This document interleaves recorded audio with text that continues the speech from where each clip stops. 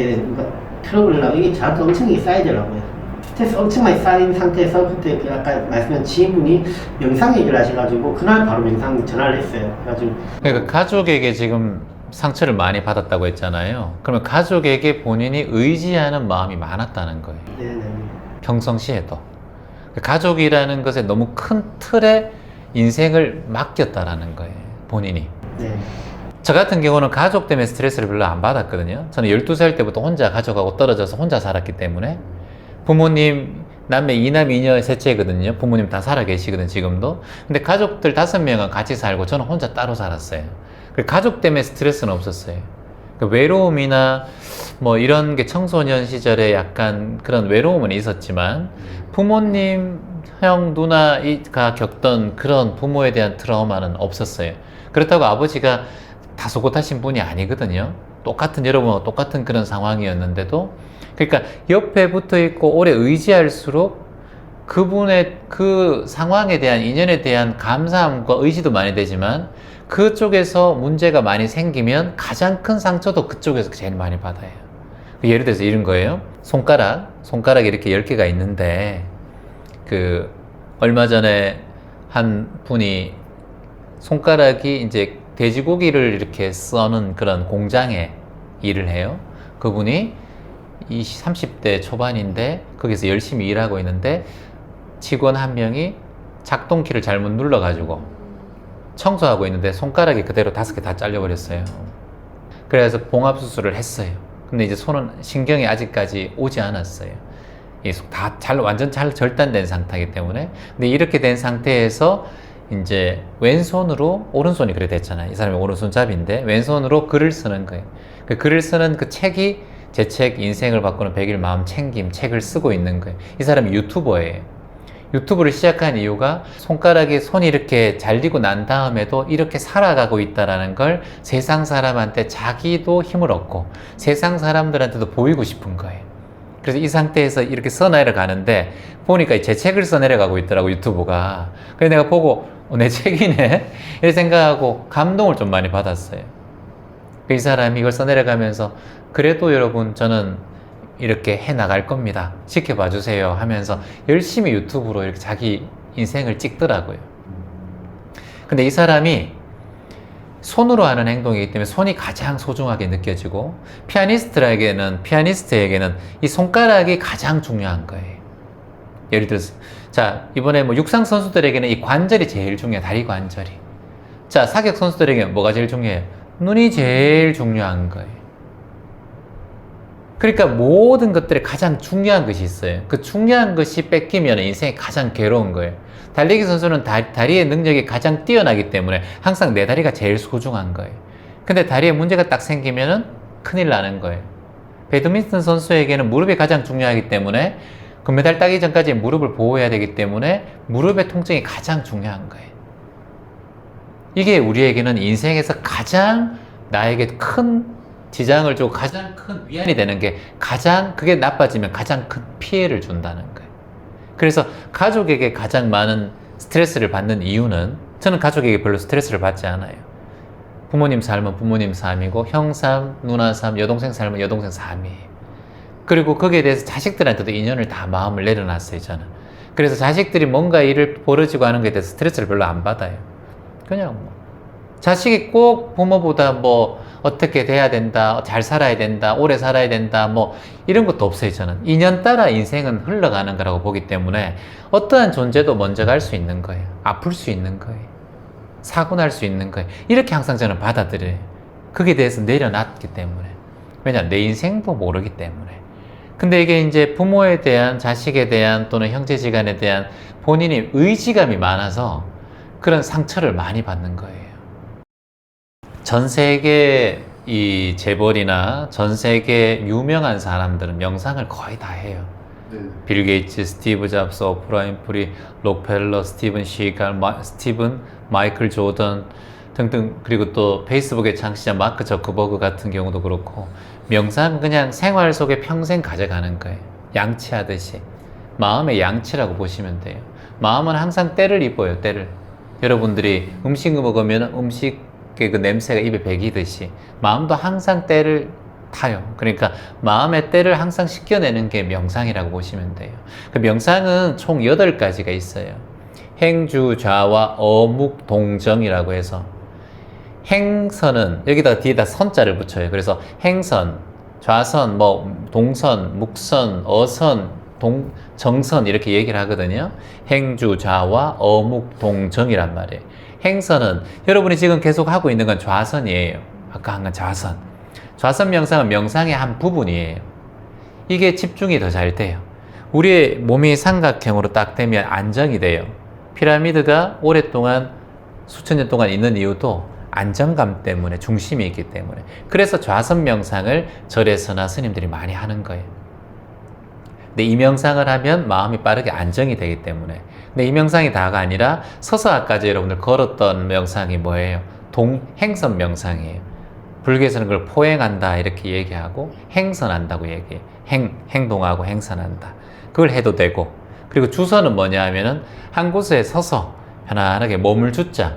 바닷가든 태양을 보든 어떤 나무 앞에서든 이렇게 주선, 머물러서 하는 명상을 서도 되고 앉아도 되고 이걸 주선이라고 하고, 좌선은 여러분 행주, 좌 앉아서 하고, 와는 누워서 하는 명상이에요. 누워서 편안하게 손에 힘을 빼고 다리에 힘을 빼고 여러분을 안정시키는 거예요. 잠을 자는 거는 수면 명상이 되겠고, 그래서 귀점 명상에서는 수면 명상이 많아요. 잘 때 여러분들의 의식이 무의식으로 바뀌어요. 여러분은 지금 현재 의식입니다. 현재 의식이 이렇게 있고 여러분 무의식이 이렇게 있어요. 그러니까 이렇게 삼각형이라고 보시면 돼요. 요 위에 꼭대기가 여러분 현재 의식이라고 보면 돼요. 그럼 요 아래는 무의식이에요. 근데 우리는 무의식의 영향을 받아요. 현재 의식이 딱 여러분들이 아무리 하려고 해도 담배를 안 피워야 되는데 하지만 무의식에 담배를 피우고 싶은 마음이 많기 때문에 피게 되는 거예요. 술을 안 먹어야 돼. 오늘 명상 수업 들었고 이제 좀 끊어야지 하지만 술을 많이 먹었던 무의식이 여기 자리 잡아 있어요. 그래서 안 바뀌어요. 이게 자꾸 영향을 받아요. 왜냐? 이게 95%거든요. 여기 5%이기 때문에. 자, 예를 들어서 나는 암에 안 걸려서 누구나 다 걸리니까 나는 암에 이겨낼 수 있어. 현재식 계속 얘기하지만 무의식 속에는 내가 4번이나 이런 무의식이 있단 말이에요. 그래서 잘 안 바뀐단 말이에요. 이해되시죠? 그러면 이 무의식 자체를 정화하는 게 명상이에요. 그래서 명상이 중요한 거예요. 아버지를 이해해. 아버지 이해해야지. 세아님 얘기했으니까 그래 괜찮아. 존중해야지. 하지만 여기서 진짜 안 된다. 무의식이 어릴 때 기억이 있단 말이에요. 이게 정화가 안 되면 계속해서 여기 꼭대기에 연결이 되어가지고 내가 안 바뀐다고. 근데 지금 여러분들이 무의식을 정화하는 방법이 뭐냐면 무의식과 현재의식은 이렇게 맞닿아 있어요. 물과 기름 같아요. 그래서 여기 현재의식이 내려가야 무의식이 올라와요. 근데 이 내려갈 때가 현재의식이 내려갈 때가 잠잘 때예요. 주무실 때 여러분 무의식 상태예요. 근데 잘 때는 우리가 뭔가 할 수가 없어요. 그래서 요거랑 잘 때랑 비슷한 상황을 만드는 게 명상이에요. 이해돼요? 그래서 가수면 상태 왔다 갔다 해요. 이렇게 요때 무의식 상태예요. 무의식이 됐다가 현재의식이 됐다가 명상하다 보면은 멍해질 때가 있어요. 잠든 건지 조는 건지 모르고 잘 때도 있지만 여기 멍해질 때가 있어요. 또 정신 또 올라오다가 또 생각나다가 뭐 소리 들리면 또 올라오고 또 하다 보면 멍해질 때 있어요. 요때가 여러분의 무의식이 드러나는 상태예요. 이때 누군가가 당신은 괜찮습니다. 사랑스러운 존재입니다. 이미 괜찮습니다. 매일매일 좋아집니다. 이런 귓전에 좋은 얘기나 들리잖아요? 그러면 여러분의 무의식이 나는 아빠한테 맞았고 아빠는 힘들었고 나는 어떻게 됐고 우울했고 외로웠고 어릴 때 너무 외로웠고 이런 마음의 의식들이 그때는 말랑말랑한 상태에서 이게 조금씩 정화되는 거예요. 이게 귓전 명상의 개발한 방법이에요. 그래서 여러분들께서 청소를 할 때는 무의식적으로 할 때도 많아요. 처음에는 이거 막 청소 막 하다가 의식적으로 하다가 나중에는 막 닦다 보면 무의식적으로 닦아요. 하다 보면 땀 뻘뻘 흘리면서 생각하면서 닦는 게 아니에요. 그럴 때 여러분이 그냥 편안하게 명상의 말씀 같은 거 하나 틀어놓으세요. 그냥 음악처럼 일할 때도 청소할 때도 운동할 때도 그 소리를 계속 안 들어도 음악 듣듯이 그러면 그게 나에게 영향을 줘요. 그래서 귀천 명상을 여러분이 귀천에 자꾸 들려주라. 여러분의 귀는 태어나기 전에 가장 빨리 열리는 곳이 귀예요. 그래서 우리가 태교 음악을 듣는 거예요. 뱃속에서도 귀는 열려있기 때문에 듣는다고 해요. 그러니까 오랫동안 어릴 때부터 부모님이 뱃속에 있을 때 어떤 말을 했느냐, 아버지가 어떤 행동을 했느냐가 아이가 정서에 영향을 준다 그러잖아요. 그리고 가장 늦게 다치는 것도 귀예요. 죽을 때 귀가 열려있다고 생각하고 항상 찬송, 복음, 경전 막 읽어주고 그러잖아요. 종교 성직자들이 오셔가지고. 그게 왜냐하면 죽어서도 귀는 열려있다라고 얘기하는 거예요. 그래서 여러분들께서 이 귀를 항상 생각해야 돼요. 귀 전에 어떤 소리를 듣느냐, 우리가 어릴 때 어떤 소리를 들었냐에 따라서 트라우마가 생기고 평생 마음의 무의식 속에 남아있어요. 그러니까 귀가 되게 중요해요. 엄마 아빠 싸울 때 눈 감고 이렇게 푹 덮어 쓰고 있잖아요. 막 눈물 흘리면서 무서워서. 귀는 다 들린단 말이에요. 눈을 감아도. 그래서 귀가 항상 우리의 많은 기억들을 담고 있어요. 그리고 귀라는 기관이 가장 이 뇌하고 또 연결되어 있고, 그래서 해마 속에 딱 기억하고 있기 때문에. 그래서 우리가 귀 전에 좋은 얘기 많이 해야 돼요. 그래서 여러분에게 제가 오늘 걷기 명상의 7단계 마지막 단계 뭐라 그랬어요? 그렇죠. 감사합니다. 그럴 때 감사합니다, 감사합니다 자꾸 하라 그랬죠. 이걸 누가 듣는다? 내가 듣는 거예요. 그러니까 내가 나에게 하는 거예요. 감사합니다. 오늘도 걸을 수 있어서 감사합니다. 오늘도 새소리 들을 수 있어서 감사합니다. 명상하면서 계속 감사합니다, 고맙습니다, 이걸. 그래서 여러분들에게 제가 아까 산에 자주 가신다 그랬으니까 갈 때도 아유 좋은 하루 되세요, 건강하세요, 아유 날씨 좋습니다, 이렇게 하는 걸 내가 듣는단 말이에요. 이해되세요? 내가 좋아진다. 그리고 그렇게 하면 상대방이 그냥 머쓱하게 그냥 지나가는 사람도 있고요, 뭐 대답 안 하는 사람도 있고, 또 어떤 사람은 아이고 예 고맙습니다, 좋은 하루 되세요 얘기하는 사람도 있어요. 그때 내 기분이 되게 좋아져요. 변화가 있어요. 그래서 여러분이 명상을 하는 이유는 내 무의식의 정화를 위해서. 그 무의식의 정화는 그 누구도 시켜주지 않아요. 여러분이 전생 체험한다고 수백만 원 들어가 누워 눈 감고 전생 체험해봤자 그 전생을 봐서 뭐하게. 지금 제대로 인생도 못 살고 있는데 전생을 봐서 뭐하게. 그렇다고 미래를 봐서 뭐하게 해요. 아무런 필요 없어요. 거기에 오히려 마음을 쓰여가지고 제대로 인생을 못 살아가요. 모든 순간은 오늘 지금 이 순간부터 시작한다 마음 내셔야 돼요. 오늘 이 순간부터 항상.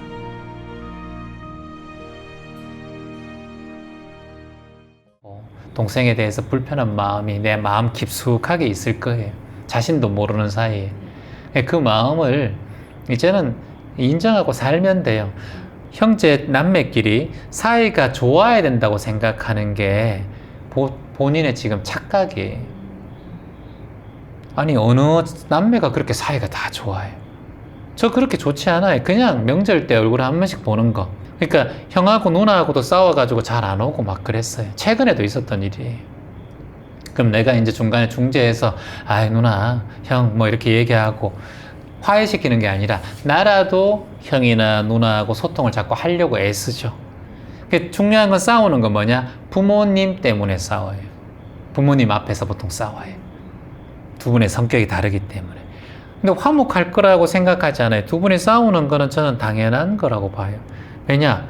가까이 오랫동안 살았고 어릴 때부터 의견이 다른 걸 내가 어릴 때도 봤고, 저도 어릴 때 형하고 많이 싸웠는데 저는 이제 명상을 하고 마음 공부했으니까 형을 싸운 적 없거든요. 그 이후로는.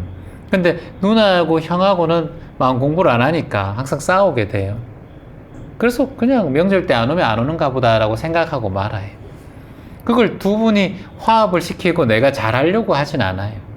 그 할 수가 없는 일이에요. 여러분 부모님하고 엄마 아빠가 평생 티각티각 하면서 싸우고 살아오셨거든요. 두 분이 화해를 하면 손잡고 다닐 거라고 생각을 해요. 평생 그럴 일 없어요. 두 분은 평생 그렇게 살아요. 근데 그걸 자꾸 화목했으면 좋겠다.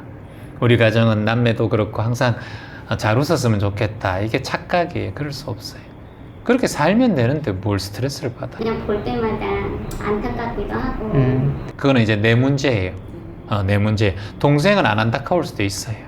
본인이 지금 자꾸 마음에 일으키는 거예요. 그 마음을 좀 내려놓지 이게 잘 안 돼가지고. 그 집착이에요. 내려놓으려고 하는 것도. 불편하면 어떻게 되냐. 동생을 보고 있는 마음이 불편하네. 아이고 내가 어릴 적에 그렇게 해서 그런가 보다. 괜찮아 나야 하면서 그냥 싱긋이 웃어주면 돼요. 그리고 동생을 만나서 할 말이 있으면 말도 하고, 그리고 불편함이 느껴지면 아직까지 내가 불편함이 좀 느껴지는 것 같아서 미안하다. 누나가 내한테 불편함이 느껴지니? 이렇게 얘기해보고, 그렇게 한번 마음의 속의 얘기를 해보는 게 좋아요. 저는 그렇게 얘기합니다. 얘기하는 게 중요해요. 별거 아니에요. 50년 지기 그 큰 돌덩이도 내 마음 하나 탁 내려놓으면, 동생한테 가서 한번 얘기해요. 명절 때 추석 때 동생아 지금 내가 어릴 적에 니한테 그렇게 행동한 것 때문에 그런지 내 마음이 니 볼 때마다 불편한데 잘 안 사라진다. 이렇게 얘기하고, 그때 내가 니한테 했던 행동들 미안하다. 응? 이렇게 한번 얘기하면 내 마음의 짐이 확 풀려요. 그렇게 한번 꼭 하세요. 네. 여러분, 사과하고 안아주는 사람이 더 큰 사람이에요. 말하고 나면 아무것도 아니에요. 많이 불편한데 뭐 누나가 돼서 얘한테 자꾸 불편함을 느끼는 것 같은데 나만 그런가 동생아, 이렇게 네가 안 그러면 괜찮고, 뭐 혹시나 네가 내한테 섭섭하고 불편한 마음이 있으면은 좀 흘려보내고 내가 사과할게, 이렇게 얘기하고, 누나로서 많이 부족한데 그래도 이렇게 뭐 남매로서 인연이 됐으니까 사는 동안은 얼굴 붉히지 말고 잘 살아보자, 이렇게 얘기하고, 가끔 보지만 이렇게 얘기하면 동생이 그런가 보다 라고, 이렇게 누나 뭐 별 쓸데없는 소리 하노, 이렇게 얘기할 수도 있어. 한번 얘기하고 나면은 그 동생이 마음을 편하게 하든 편하게 하지 않든 그건 중요한 게 아니에요. 내가 털어놓고 나면 내 마음이 편하기 때문에 하라는 거예요. 아셨죠? 내 마음이 편한 거예요. 동생이 나 그때 사과 절대 못 받아준다. 나 절대 안 된다. 와, 무릎 꿇고 사과해라. 뭐 이렇게 얘기하든 말든 그건 중요한 게 아니에요. 말하고 나면 내가 편하다. 근데 선생님은 말씀할 때마다 작은 애랑 비교해요, 지금. 그렇네요. 아까 계속 비교하지 않습니다. 비교하지 않습니다. 또 작은 애. 그러니까 그게 걔도 여기 앞에서 그러는데, 큰애 앞에서, 큰애는 지금 귀에 딱지가 있을 거예요. 작은 애. 그래서 엄마가 원하는 반대로 할 거예요, 자꾸. 네, 그렇게 하고 있어요 지금. 그렇게 해야 자기의 어떤 스트레스를 푸는 그런 방법이니까. 그렇지 않고는 작은 애를 이길 수 있는 방법은 없다고 생각하니까. 그래서 이렇게 한번 얘기했으면 좋겠어요. 딸에게 한번 이렇게 얘기했으면, 앉혀놓고 차 한잔 하자. 그래서 우리 딸 큰애, 엄마가 지금까지 곰곰이 생각해 보니까 너에 대해서 하지 않아야 될 말들도 많이 했고 실수한 것들이 참 많더라. 지원아, 우리 딸 이렇게 얘기해요. 뭔데? 무슨 말 하려고 그러는데? 이렇게 얘기하면, 엄마가 네 동생하고 너를 비교를 많이 해서 엄마가 나도 모르게 얘기한 것들의 시절이 참 많더라. 엄마가 돌이켜보니까 그게 너에게 얼마나 큰 상처가 됐을까 싶어 생각하니까 엄마가 눈물이 나더라. 미안하더라. 우리 딸, 큰딸, 이제 엄마가 버릇이 돼서 그게 잘 없어지진 않을 텐데 엄마가 많이 노력할게. 엄마가 비교한 게 아니라 너에 대한 욕심이 크다 보니까, 자꾸 집착하다 보니까 오히려 그런 말이 더 나온 것 같더라. 작은 애가 예뻐서고 네가 더 잘나서가 아니라 너에 대한 기대가 너무 컸다 보니까 자꾸 너에 대한 욕심이 과했다. 이런 얘기를 해줬으면 좋겠어요. 너에 대해서 더 훌륭하고 뭔가 엄마에 대한 완성된 뭔가를 만들기 위해서 어떤 틀에 짜여서 너를 자꾸 그 틀에 넣었더라. 그러다 보니까 자꾸 엄마가 비교하게 되고 엄마가 말이 많아지고 이렇게 된 것 같다. 우리 딸 미안하다. 이렇게 한번 얘기했으면 좋겠어요. 그러면 딸이 그걸 이제야 이해할 거예요. 엄마가 잘못했다. 앞으로는 그렇게 하지 않을게. 만일 너랑 또 둘째랑 비교하고 자꾸 엄마의 틀에 맞춰서 너를 얘기한다면 그때는 꼭 엄마한테 엄마 그러지 않기로 했잖아 라고 얘기해 줬으면 좋겠다. 나도 바로 바뀌지는 않을 거야. 나도 노력할게. 우리 딸 노력할게. 노력할 테니까 니도 불편한 게 있으면 언제든지 엄마한테 얘기해 주면 나도 바꾸려고 많이 노력하겠다. 이렇게 얘기해 주면 좋겠어요. 그렇게 하다 보면 딸도 마음에 좀 빗장을 열 거예요. 그리고 엄마하고 지금의 대립각을 하고 있는 걸 조금씩 풀어갈 거예요. 그 원인이 있어서 그래요. 용돈 줄 때는 좋아요. 용돈 줄 때는 저도 좋아요. 저도 돈 줄 때 안 좋아하는 사람 없어요. 다른 사람 같아가지고. 학원 선생님한테 하는 거나 엄마한테 용돈 받을 때 하는 거나 봤을 때 아주 정상적이고 아주 지능적이. 그러니까 딸 잘 살 거니까 엄마 이제 더 이상 간섭 안 해도 되겠다 하는 거 보니까 엄마가 오히려 더 애달아가지고 지금 딸에 집중되어 있어요. 그러니까 딸이 봤을 때는 엄마가 너무 들떠 있는 거야. 그래 자기 손 안에 있는 것 같단 말이야. 그러니까 엄마가 내가 하는 대로 다 해준단 말이야. 말 한마디에. 그러니까 엄마가 조금 마음 공부하고 명상 공부하고 좀 커다란 대해가 되세요. 큰 바다처럼. 잘 될 거예요. 선천적으로 착하고 좀 선한 마음이 있어서 딸도 엄마를 가지고 놀기 딱 좋겠다 보니까. 그래. 2년밖에 안 남았어요. 이제 20살 되면 19살 이제 20살 되면 내보내야죠 이제는. 독립시켜야죠. 그렇죠. 초기 부양을 하고 월세는 지가 낼 수 있도록 도와주세요. 그것까지만. 그리고 나중에 갚아라. 보증금은 본인 이름으로 하고 엄마 이름으로 해야지 당연히. 그렇지. 나중에 엄마가 받아야지. 그걸 준다고 생각하면 안 되고 그거 준다고 생각하면 또는 당연히 엄마한테 받는다 생각한다. 그러니까 딸은 또 그걸 당연하다 생각해.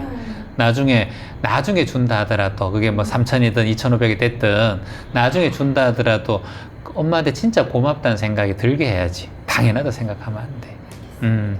월세는 네가 벌어서 해라 이렇게 얘기하고 그 본인이 알아서 하게끔 하세요. 본인이 실수해도 본인이 경험해봐야 자기가 일어설 수 있어요. 근데 우리도 잘 모르잖아요. 우리가 부동산에 가서 알지 뭐 우리가 뭐 압니까 부동산에 대해서. 딸도 부동산에 가서 알아보면 되고 한번 뭐 그 정도 집 보는 거 정도에 한번 가보면 좋지만 그래 엄마는 잘 모른다 네가 잘 알아서 꼼꼼하게 봐라 하면서 한 번씩 가주는 거는 괜찮지만 그게 자꾸 뭔가 엄마가 자꾸 신경을 쓰면은 자식이 바로 설 수가 없어요. 뿌리를 내기르게 해줘야지 20살 때부터는. 그렇게 해주니까 모든 걸 다 뭐 적금 넣는 거든 집안에 뭐 가구 사는 거 다 자기가 알아서 해. 그러니까 보는 눈이 더 검색도 많이 하고 자기가 스스로 더 성장하잖아. 평생 엄마 결혼해서 또 자식 맡기고 계속 그렇게 한단 말이야. 그러니까 자기가 바로 설 수 있도록 뿌리를 딱 내릴 수 있도록 엄마는 정을 탁 끊어줘야 돼. 실수도 해도 괜찮아요. 자식 실수할 수 있어요. 그러니까 뭐 그 실수하는 거 가지고 뭐 크게 걱정할 필요는 없어요.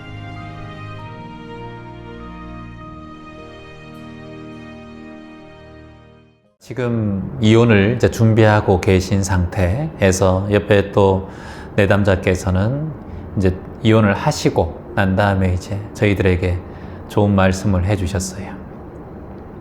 근데 그 말씀 중에서 가장 의미가 있었던 거는 저도 마음에 다시 한번 새기고 싶은데 결혼도 잘했고 이혼도 잘했다. 맞아요. 이게 이제 뭐냐 하면은 세상 사는 그 자체를 감사하고 긍정적인 면을 볼 수 있는 눈이 떠졌다는 거예요. 돌아보면 이혼 과정이 굉장히 힘들었다고 했는데 돌아보면 그 또한 나의 소중한 경험이었고 인생을 공부하는 한 과정이었다라고 긍정적인 마음을 보면 이혼도 잘했다고 얘기 나오는 거예요. 자, 예를 들어서 이런 거예요. 내가 자식을 키우면서 자식 때문에 지금 고등학교 자식 때문에 힘든 마음이 올라오잖아요. 자식 낳은 것도 잘했고 지금은 힘들지만 지금은 아이 때문에 계속 경계에 부딪히지만 아이 낳은 것도 잘했고 네가 내 자식이었던 것도 잘 됐고 네가 지금 이 상황에 엄마랑 같이 존재하는 것도 잘 됐다. 나는 그 마음을 내면 자식에게 어떤 마음도 괴로운 마음도 일어나지 않을 거라고 봐요. 근데 중요한 것은 내가 이 결혼을 통해서 뭔가를 대가를 바라고 또는 이혼을 통해서 뭔가 대가를 바라고 또는 자식을 통해서 뭔가 대가를 바라고 사람을 통해서 뭔가 대가를 바라는 마음이 있으면 이것이 이루어지지 않으면 내 마음에 아까 얘기했듯이 성내는 마음이 자꾸 올라와요. 근데 이혼 과정은 힘들었지만 이혼도 잘했고 라고 여기서 마음을 바꿔버렸단 말이에요. 근데 그전에는 우울증이 걸리고 자살하고 싶은 마음의 지수가 굉장히 높았다고 할 정도로 괴로웠단 말이죠. 그 과정이. 20대에 이혼을 경험한다는 것은 참 쉽지 않은 결정이잖아요. 그러니까 그런 과정에서 본인이 그 결단을 내리고, 그리고 엄마가 항상 자식 자랑하고 우리 자식은 항상 이렇게 잘하고, 그러면 여기서 가장 본인이 괴로웠던 거예요. 내 이혼을 떠나서 부모님의 마음에 상처를 주는 것. 이게 첫 번째, 부모를 바라보는 바깥의 시선이에요. 내가 부모님 삶을 살고 있구나라는 걸 본인이 깨달은 거예요, 나중에는. 그리고 두 번째, 남들이 나를 어떻게 볼까? 이거 뭐예요? 남들이 내 삶을 살아주진 않거든요. 말 수근수근 하는 거는 그거는 몇 번에 지나지 않아요. 근데 중요한 것은 뭐냐 하면, 내가 이것을 참고 평생을 살아간다? 그 고통은 누가 감내해요? 안 그래요? 인연이 되면 헤어질 인연이라면 헤어지는 게 맞고, 만약 이혼을 안 하는 과정에서 헤어지지 못할 인연이면 계속 살게 될 거예요. 근데 물 흐르듯이 이혼이라는 시절이 찾아왔으면 그 인연을 겸허히 받아들이고, 아, 잘했다, 이 마음을 내야 이혼을 하고 난 다음에 삶도 잘하는 삶으로 이어져요. 내 자식이 아까 전에 누워서 스마트폰 보고 휴일에 놀고 있는데, 휴일이면 좀 그렇게 할 수도 있잖아요. 그러면 휴일인데 좀 쉬어, 잘했다, 그래 푹 쉬어, 스트레스 많이 받았지 일주일 동안, 잘했다 하면 월요일날 아이가 잘하게 또 학교 생활을 이어가고 학원 생활을 이어가요. 근데 아이한테 그런 말을, 스트레스 받는 말을 엄마가 탁 해버리는 순간 자식도 스트레스 받는 휴일을 보내고 월요일도 그렇게 시작해요. 아까 이게 뭐냐, 결혼도 잘했고 이혼도 잘했다. 지금 여기 이혼 준비하는 분 자녀가 없잖아요. 자녀가 없으면 자녀 없어서 또 고맙고, 맞아요, 너무 감사한 일이에요. 아이는 또 하늘이 내려주기 때문에 생겼다라고 하면 그건 또 인연이거든요. 그러니까 그 또한 내가 너무 감사하게 육아에 대한 부담이 없는 거예요. 그리고 중요한 것은 이혼을 하신 또 분의 핏줄이기 때문에 그 인연이 계속해서 이어가기 때문에 어찌됐든 두 분 다 자녀가 없는 것에 또 감사한 면을 또 생각을 하면 좋고, 이렇게 모든 것이 생각해 보면 감사할 일이 너무 많다. 그리고 아버지가 돌아가셔서 힘드시지만 아버지 돌아가신 것도 굉장히 감사한 거예요. 왜냐? 아버지가 큰 고통 없이 빠르게 갑자기 돌아가신 거예요. 저번에도 여기 이제 5년 동안 요양원에서 보내가지고 3년 동안은 본인이 집에 대소변 맞다가 도저히 힘들어서 2년 동안에 치매 때문에 또 요양원 보내서 돌아가셨는데 굉장히 힘들어 하더라고요. 원망하는 마음도 많이 일어나고, 돈은 돈대로 다 아버지 이제 병 수발에 다 들어가고, 그러니까 빈털터리가 돼버리는 거예요. 지금 감사한 거는 아버지가 돌아가셨지만 갑자기 돌아가시고 아버지 하고 싶은 감에 살았고, 긴 고통 없이, 긴 병에 효자 없다고 하는데 아버지 참 감사하네, 참 고맙네, 이 마음 낼 수 있는 거예요. 그러면 하늘에서 아버지가 보고 얼마나 또 아이고 우리 자식 참 성숙하다 고마워하겠어. 예를 들어서. 그러니까 이게 다 연결된단 말이에요. 그러니까 이게 뭐냐, 선생님처럼 말씀하신 것처럼 현존하는 거예요.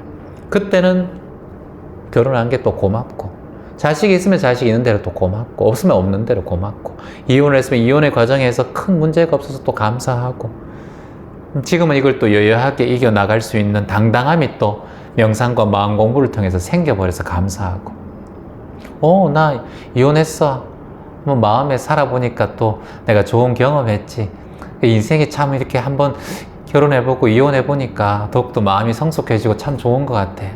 그래, 후회한 적이 없어. 그때 당시에는 좀 힘들었던 점도 있었지만 돌이켜보면은 인생의 모든 시절의 경험이었어. 그 경험을 안 했다면 내 인생의 이 시선을 바라보는 이 시선들이 좀 많이 좁아졌던 것 같아. 한 사람을 이해하고 사는 건 참 힘든 일인 것 같아. 나는 그 공부를 지금 하고 있어. 열심히 또 세상 살아가 보는 거지 뭐. 그러면 옆에 있던 사람이 손가락질 예를 들어서 막 야 이혼했대 이런 사람이, 이 사람한테는 완전 배울 게 있네, 이 사람은 다르구나, 그걸 자꾸 숨겨. 예 죄송해요. 이게 무슨 굴욕적인 일이에요. 있을 수 없는 일이에요, 그런 일들은. 그래서 내가 당당하고 내가 여기에 대해서 어떠한 마음도 불편함이 없으면 그게 상대방에게도 상대방이 그걸 보고 느끼는 거예요. 와, 절대 여러분은 결혼을 했던, 이혼을 했던, 자식이 있던, 자식이 없던, 결혼을 3번 했던, 성소수자든, 남자든, 여자든, 아무런 문제가 없어요. 근데 그것을 바라보는 분별하는 마음이 있는데, 그런 사람은 세상에 어디서나 있어요. 그건 영국에도 있고, 미국에도 있고, 북한에도 있고, 지구에 어느 정도 다 있어. 여러분이 아무리 잘 살아도 10명 중에 2명은 질투를 해. 너무 질투를 해. 또 이혼을 해도 다 이해하는 사람이 8명 있다도 2명은 또 옆에 뒤에서 험담을 해.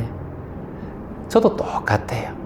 하루에 1500개 댓글이 다니고 그 중에 손가락질하고 저기 뭔데 저렇게 짓기 샀노 저렇게 이상한 거 덮으시고 똥산바지 입고 뭐라고 지가 뭔데 저렇게 깨달았나 이렇게 얘기하고 있어. 새파랗게 젊은 놈이 댓글 달려. 근데 내가 그 사람 마음을 어떡하겠어. 죄송합니다 할 수도 없는 거잖아. 만날 수도 없고. 근데 그 사람은 나를 잘 모르잖아. 그러니까 그런 말을 하는 거예요. 나를 알고 진심으로 아는 사람은 이해를 해주고 소통이 되지. 근데 내가 그런 한 10사람 중에 2사람, 이게 8대2 법칙이거든. 10사람 중에 2사람 이해 안 되는 사람을 바라보면서 설득하면서 살래? 8사람 무난하게 사는 사람 보고 살래? 8사람 보고 살면 되는 거예요. 그게 에너지를 쓰지 말란 말이에요. 그러니까 아까 얘기하셨듯이 내가 이렇게 해줬는데 그 사람들이 나의 어떻게 그만큼 나에 대한 의미를 모르고 나에 대한 마음을 못 알아주는 경우, 그런 사람이 10명 중에 2~3명은 있을 수 있어. 근데 10명을 했으면 한 7명은 그래도 감사하다 생각하는 사람이 많아요. 근데 10명까지 완벽하게 만들 수는 없어요. 정치는 더 하죠. 대통령 지지율 보세요. 60% 했다가 40% 했다가 그래도 대통령 되잖아. 그래서 대통령도 그렇게 사는데 우리가 무슨 정치인도 아니고 남들한테 잘 보이려고 그렇게 눈치 보면서 합니까? 여러분 휴대폰에 전화하는 사람 딱 보면 10명도 잘 안 돼요. 업무 전화 가끔씩 받는 사람 말고는 친하게 소통하는 사람, 가족 말고는 10명도 채 안 돼. 전화번호 수천 개 있어도 소통하는 사람 그렇게 인생에 관심 별로 없어요. 나이가 들수록 더 그래요. 부고장 받으면은 이 사람 있었네 이런 생각이 들 정도지. 그래서 인연에 너무 마음의 에너지를 쓰지 말아요. 여러분들이 물 흐르듯이 이렇게 살아가시고, 금강경에 보면 응무소주 이생기심이라는 얘기가 있어요. 응무소주 뭐라고요? 이생기심. 그렇죠. 이생기심. 그게 뭐냐면은 마땅히 머무르는 바 없이 마음을 내라 라는 뜻이에요. 결혼했다고 머무른 바 없이 마음 내고, 이혼했다고 머무른 바 없이 마음 내면 돼요. 자식이 내 마음에 힘들게 해도 머무른 바 없이 마음 내면 돼요. 그 사람이 나에게 보답 안 하더라도 머무른 바 없이 마음 내면 돼요. 여기서 머무른 바 없이라는 것은 상을 내지 말고 마음을 낸다는 것은 먼저 감사하다, 고마운 마음 내라는 거예요. 머무른 바 없다는 것은 과거에 집착하지 않는다는 거예요. 과거에 집착하지 않는다는 거예요. 돌아가신 분은 돌아가셨고 이혼한 분은 이혼한 분이고, 마음을 낸다라는 것은 감사한 마음을 낸다.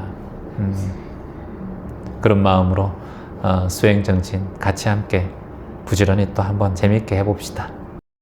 이제 암을 발견하고 지금 투병도 하고 있고 항암을 하고 계시잖아요. 우리의 암세포는 어디서 온 게 아니에요. 우리는 하루에 500개에서 1000개 정도의 암세포가 생깁니다. 우리의 몸에서. 우리가 건강한 사람도. 근데 그것을 잡아먹는 경찰 같은 역할을 하는 세포가 하나 있어요. 그게 뭐냐면 백혈구입니다. 백혈구. 백혈구가 항상 그 아이들이 오면 잡아먹고 없애버려요. 그래서 우리의 몸이 건강하게 유지될 수 있는 거예요. 암세포는 매일매일 생겨납니다, 여러분. 그런데 백혈구가 그 작용을 못할 때가 있어요. 그게 뭐냐? 스트레스를 받을 때예요. 내 몸과 마음이 스트레스를 받든가 지나치게 피곤하든가 마음이 힘들 때 백혈구가 제대로 암세포를 잡아먹지를 못해요. 그래서 증식을 하고 전이를 하게 됩니다. 그래서 암 환자분들에게 자꾸 웃고 즐거운 생각하고 좋은 생각하라. 물론 그게 힘들죠. 당사자가 돼보면 그게 됩니까? 안 되죠. 그게 힘들죠. 근데 이제 그거를 우리가 이제는 조금, 이게 다 내 거구나. 내 안에서 만들어진 거구나. 남편 탓도 아니고, 돈 탓도 아니고, 인생 탓도 아니고, 다 내 안에서 이게 만들어지고, 내가 할 수 있는 거구나. 시계를 만든 자가 시계를 고칠 수 있듯이, 내가 만든 내 마음의 병을 내가 고쳐야 되겠구나. 이렇게 마음 내면, 그때부터 빠르게 이게 좋아져요. 근데 병이 왔을 때 내가 자꾸 세상 탓하고 주변의 배우자 탓하고 자식 탓하고 자꾸 이렇게 되면 그때부터는 스트레스가 쌓이기 때문에 더 안 좋은 상황이 생길 수가 있습니다. 내 인생을 돌아보는 아주 좋은 기회죠. 병고라는 것은, 질병이라는 것은. 그리고 사람이 질병이 오면, 병이 오면 사람이 욕심이 사라져요. 그동안 살았던 것에 대해서 되돌아보게 되고 마음이 유순하게 바뀝니다. 착하게 바뀌어요, 사람이. 큰 병이 사람을 착하게 만듭니다. 그리고 삶을 되돌아보게 하게 돼요. 그래서 긴 시간 동안 이렇게 인연이 되어서 이게 우리 이 세상에 태어나서 생로병사에 벗어나는 사람이 없잖아요. 일상에서 그 어떤 사람도 다 되돌아가게 되잖아요. 떠나게 되잖아요. 이 인생 소풍길에 그래도 하루하루 감사한 마음 가지며 살고, 떠나는 데는 순서가 없잖아요. 태어나는 데는 순서가 있어도. 그래서 큰 사고 없이, 교통사고 없이, 요즘에 사고가 너무 많이 일어나니까 자연재해 때문에 또 세계적으로 돌아가시는 분도 많고, 그리고 지금 전쟁 때문에 몇십만 명이 죽고 있잖아요, 지금. 그런 거 보면, 내가 참 그래도 이 세상에 이렇게 한국이란 나라에 태어나서 큰 걱정 없이 그래도 잘 살았다, 감사하다, 이 마음을 내시면 저는 좋을 것 같아요.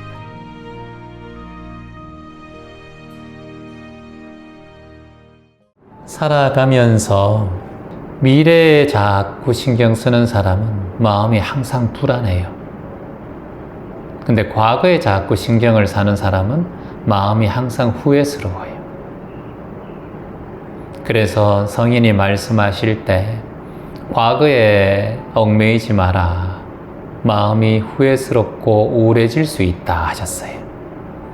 그리고 미래에 얽매이지 마라. 미래에 얽매이는 자는 항상 두렵고 불안하다 하셨어요. 그러면 어디에 집중해야 되는가? 오로지 지금 이 순간에 집중하고 살아야 한다라는 거예요. 오늘 아침에 제가 걸어오면서 명상센터와 집이 한 15분 정도, 20분 정도 걸으면 돼요. 그러면 걸어오면서 이런 생각이 들었어요. 오늘 수업을 듣는 분들이 오고 감에 있어서 안전하고 평온한 하루가 되시기를 이렇게 기도하면서 걸어왔어요. 여러분께서는 기도하는 게 이렇게 기도해서 눈을 감고 하는 게 다 기도라고 생각하지만 저는 그렇게 생각하지 않아요. 한 발걸음 한 발걸음 걸으면서 내 두 다리가 있었음에 감사한 기도를 하고, 코로 숨을 쭉 쉬면서 내가 숨을 쉴 수 있음에 감사한 기도를 하고, 하늘을 바라보면서 하늘을 바라볼 수 있는, 구름을 바라볼 수 있는 눈에 있어서 감사한 기도를 하고, 코로 깊게 숨을 들이마시면서 바람의 향기, 나무의 향기를 느낄 수 있는 저희 후각에 감사합니다. 그리고 이 순간 내가 살아있으므로 누군가를 위해서 기도할 수 있다라는 이것에 감사한 또 기도를 해요. 이 기도라는 것은 오로지 현존하는 자에게만 실체적으로 다가옵니다. 미래에 머물러 있는 사람, 과거에 머물러 있는 사람은 후회와 불안이 있기 때문에 기도가 잘 안 돼요. 기도를 한다 하더라도 뭐 들어주세요. 뭐 바랍니다. 이렇게 자꾸 하나님과 부처님에게 요청하는 기도를 해요. 이걸 기복적 기도라고 합니다. 여러분이 신이라면, 여러분이 하나님이라면 수억 명이 자꾸 나에게 바란다면 그거 일일이 다 들어주고 바라는 거 다 헤쳐나갈 수 있게 해주시겠습니까? 글쎄요, 신이라면, 그런 능력이 있다면 지금 왜 전쟁이 자꾸 일어나고 난민들이 생기고 1년에 360만 명이 물 때문에 죽어가고 종교전쟁으로 이스라엘과 미국과 우크라이나와 러시아와 하마스와 이란과 이런 수없이 많은 갈등이 왜 생기겠습니까? 신은 그저 관찰자일 뿐이에요. 지켜보는 자예요. 신에게 바라지 마세요, 여러분. 부처님에게, 하나님에게, 자꾸 예수님에게 바라지 마세요. 그분들은 여러분이 어찌할지 관찰하시는 분들이에요. 여러분의 삶은 다만 원인과 결과로 이루어집니다. 내가 지으면 그것을 되돌려 받기 마련이고, 내가 씨앗을 뿌리면 열매를 얻기 마련이에요. 근데 그것을 누군가 모르는 신에게 자꾸 빌면 나의 창조적인 생산적인 힘이 자꾸 저하가 돼요. 기대는 마음이에요. 그래서 성인이 말씀하시길 항상 자등명하라. 스스로를 등불로 삼아서 나가야 한다. 그 어디에도 의지하지 마라. 자식이 부모에게 자꾸 의지하면 자식이 자생하지 못해요.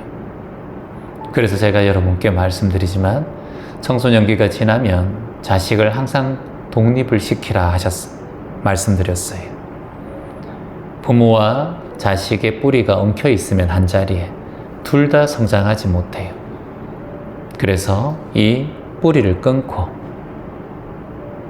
처음에는 뿌리를 끊을 때 아프고 힘들겠지만 나중을 위해서 새로운 메마른 땅에서 자식이 자신의 뿌리를 키울 수 있는 자생력을 키울 수 있도록 19살 때까지 지켜주고, 그 다음에는 19살 이후로는 성인이 되면 혼자 설 수 있도록 뒷받침해주는 것이 부모의 역할이다.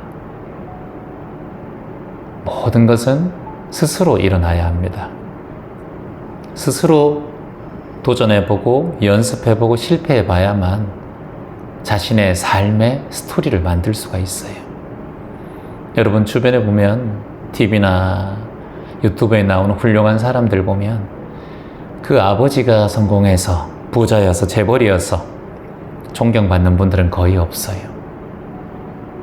정말 어려운 환경 속에서, 장애를 입은 상황 속에서 헬렌 켈러, 앞이 보이지 않고 들리지 않는 그 장애 속에서 성장해 왔고 존경받는 대상이 될 수 있었어요.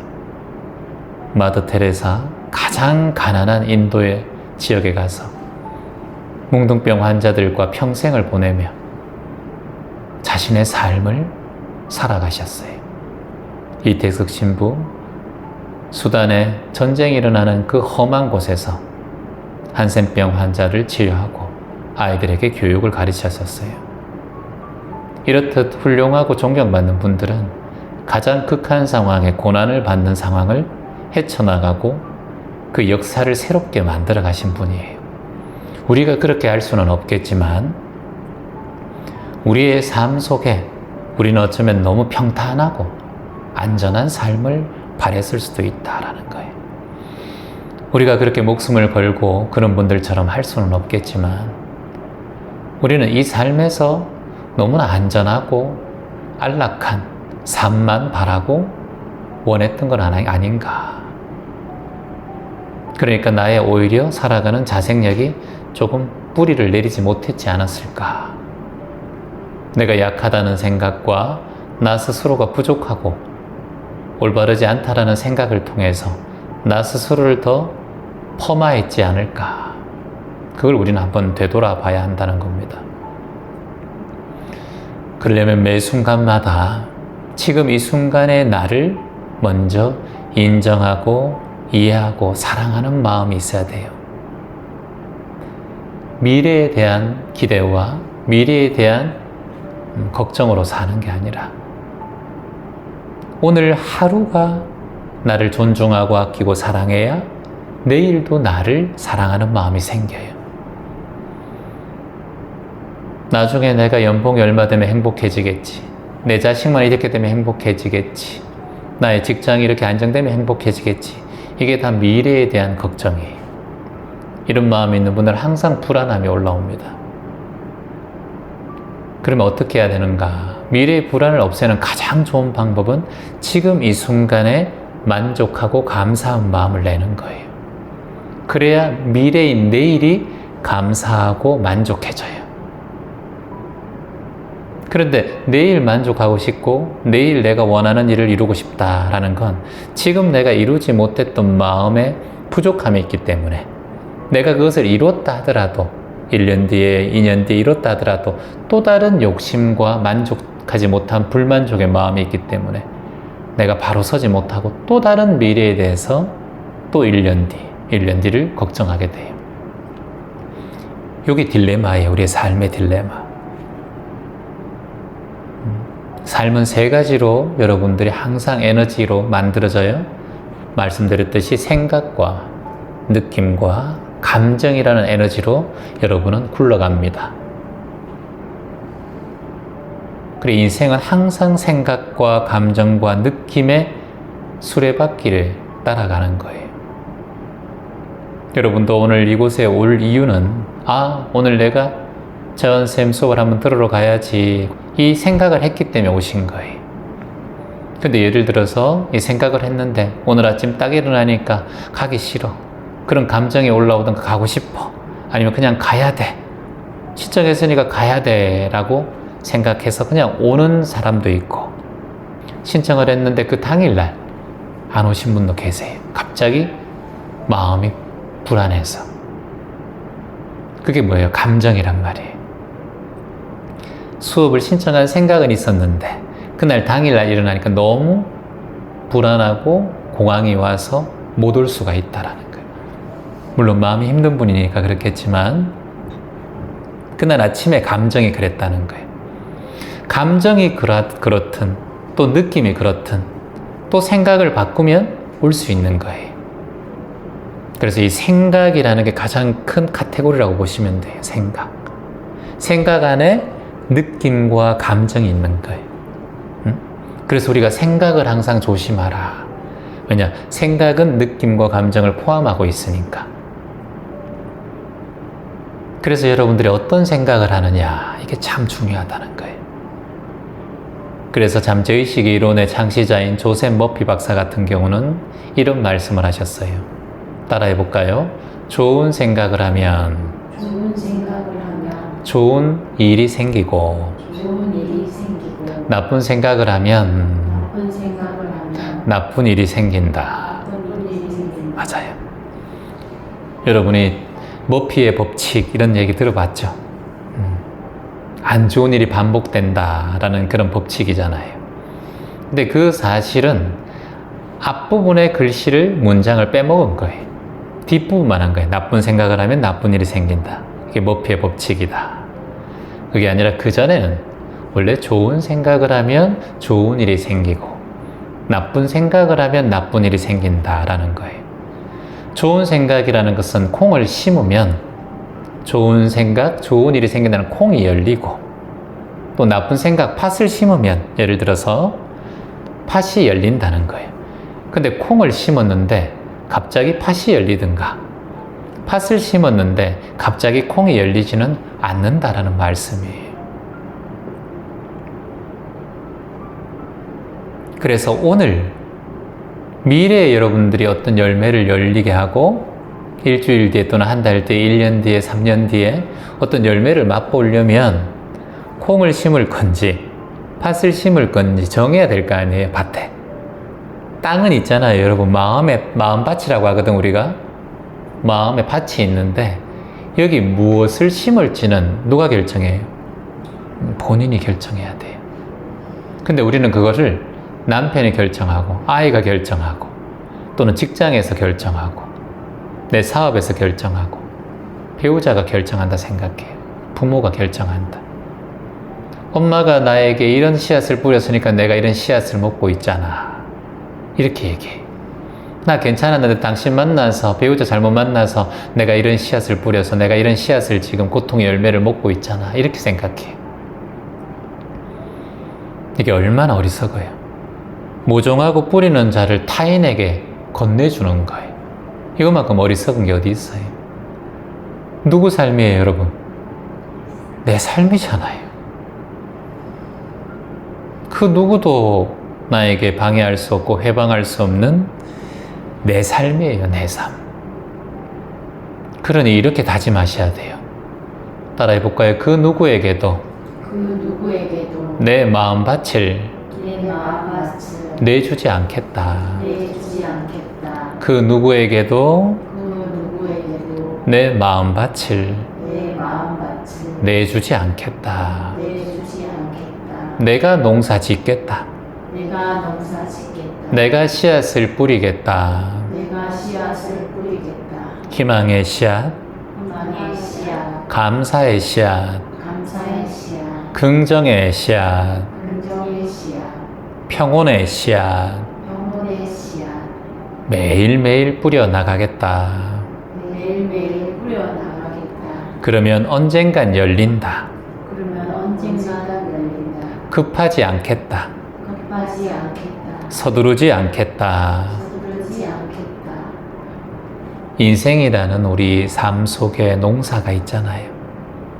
봄이 오고 바로 여름이 옵니까? 여름이 오고 바로 가을이 오고, 가을이 오고 겨울이 오지만 봄이 오고 갑자기 가을은 올 수가 없어요.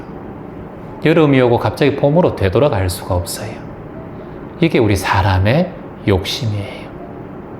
욕심내지 말아요. 봄에 씨앗을 잘 뿌려야 가을에 추수할 수 있어요. 근데 여름에 그대로 잡초 뽑지 않고 놔두면 어떻게 돼요? 그 씨앗은 제대로 자라지 못해요. 저희가 아마존에 나무를 심는데 나무 한 그루를 딱 심어 놓으면 60cm짜리 딱 심어 놓으면 6개월 동안 이 풀이 이걸 덮어버려요. 풀이 더 빨리 자라기 때문에 태양을 못 받아서 다 죽게 돼요, 심은 나무가. 그러면 저희가 한 그루당 33,000원 정도 6개월 동안 관리하는 비용을 인건비를 내주면 그게 원주민들이 그걸 깎아줘요. 그러면 이 나무가 6개월 동안은 거의 많이 자라요. 대한민국이 10배 이상 빠르게 자라기 때문에 건기 우기가 있어서. 그러면 그때는 우리 인간이 도움을 주지 않아도 성장할 수 있어요. 그리고 그 이후로는 풀을 자꾸 깎아주는 것도 얘에게 자생력을 키울 수 없는 에너지를 주는 거하고 똑같아요. 스스로 벌레와 잡초와 싸우면서 자신의 뿌리를 더 튼튼하게 만들어가고 물기를 찾아가야 돼요. 그래야 100년이 지나도 200년이 지나도 이 나무는 30m까지 자라는 나무거든요. 저희가 심는 나무가. 그러면 이제 그 나무가 큰 지구에 희망의 에너지와 산소를 주겠죠. 이제 그 일을 우리가 하고 있잖아요. 이게 이제 미래를 향한 씨앗을 뿌리는 거예요. 그래서 우리는 다만 뿌릴 뿐이다. 씨앗을 뿌릴 뿐이다. 긍정의 씨앗, 친절의 씨앗, 마음의 씨앗, 평온의 씨앗, 감사의 씨앗. 그리고 그 뒤에는 여러분들이 한 6개월 동안 관리를 잘 해줘야 돼요. 그게 한 180일 되죠. 그래서 우리가 100일 수행 이런 얘기 하는 거예요. 200일 수행. 왜냐하면 그때까지 마음이 바로 설 수 있도록. 우리의 마음이 이렇게 발심을 해도, 대결정심의 마음을 내고 발심을 해도 옆에 자꾸 잡초들이 생겨나요. 하기 싫다, 게으르다, 또는 주변에 방해하는 사람들이 일어나요. 그러면 그걸 깎아줘야 돼요. 이걸 신경 쓰는 게 항상 지켜보고 알아차림이라고 할 수 있어요. 놔두면 금세 덮여버려요. 그래서 항상 그런 게 올라오면 아차 하면서 지켜보고 알아차리세요. 그렇게 하루하루 살다 보면 일주일이 평온하고 여러분이 원하는 평온한 인생을 앞으로도 살아갈 수 있지 않을까 저는 생각을 합니다. 고맙습니다.